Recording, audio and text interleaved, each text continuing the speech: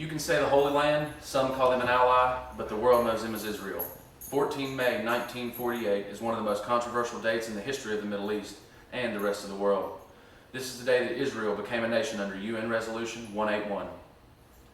The road to Israel becoming a nation was rocky, to say the least. After the end of World War I, almost 40 years of volatility and fighting in the region led to the creation of Israel. The resolution handed down from the newly formed UN separated the land that had been disputed since the end of the First World War. Resolution 181 was a pivotal moment in history. Some, being the Israelis, see it as the beginning of a nation they can call their own. Others, being the Palestinians, and many other countries and figures in the Middle Eastern world, basically feel that the land the Israelis maintained was stolen from them.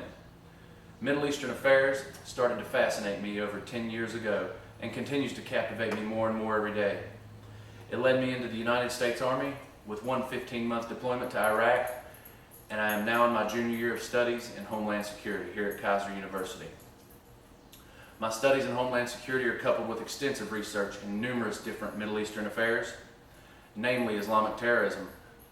My intention here is that the audience is more well-informed and more understanding of the multiple factors that led to the creation of Israel, which is truly one of our strongest allies.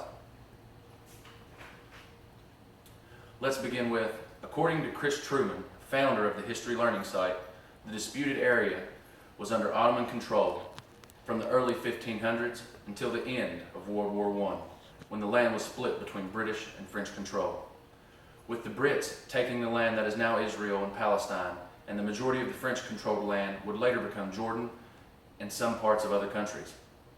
The Arabs in the region, which we know today as Palestinians, believed that they were promised the land for fighting on the side of the Allies during the war.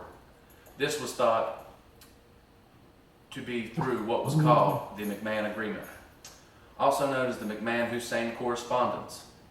This was a 6-month exchange of letters between the Sharif of Mecca, Hussein bin Ali, and the British High Commissioner in Egypt, Sir Henry McMahon.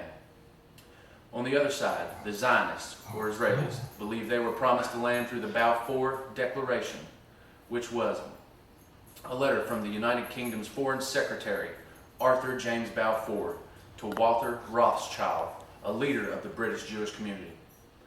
Both of these correspondences occurred in the mid-19-teens and led to a time until the end of the 1920s that saw the beginning signs of stability between the two sides.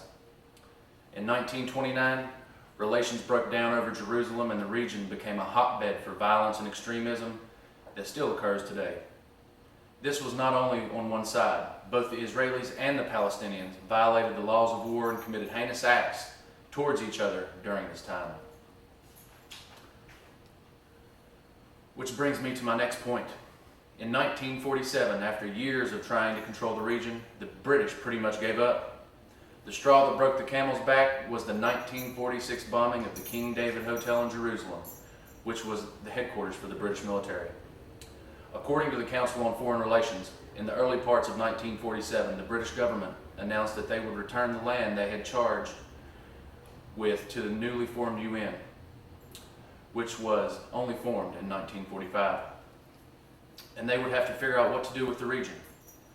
In November of 1947, the UN agreed to a partition plan that, as you see in the handout, gave approximately 56% of the land in the area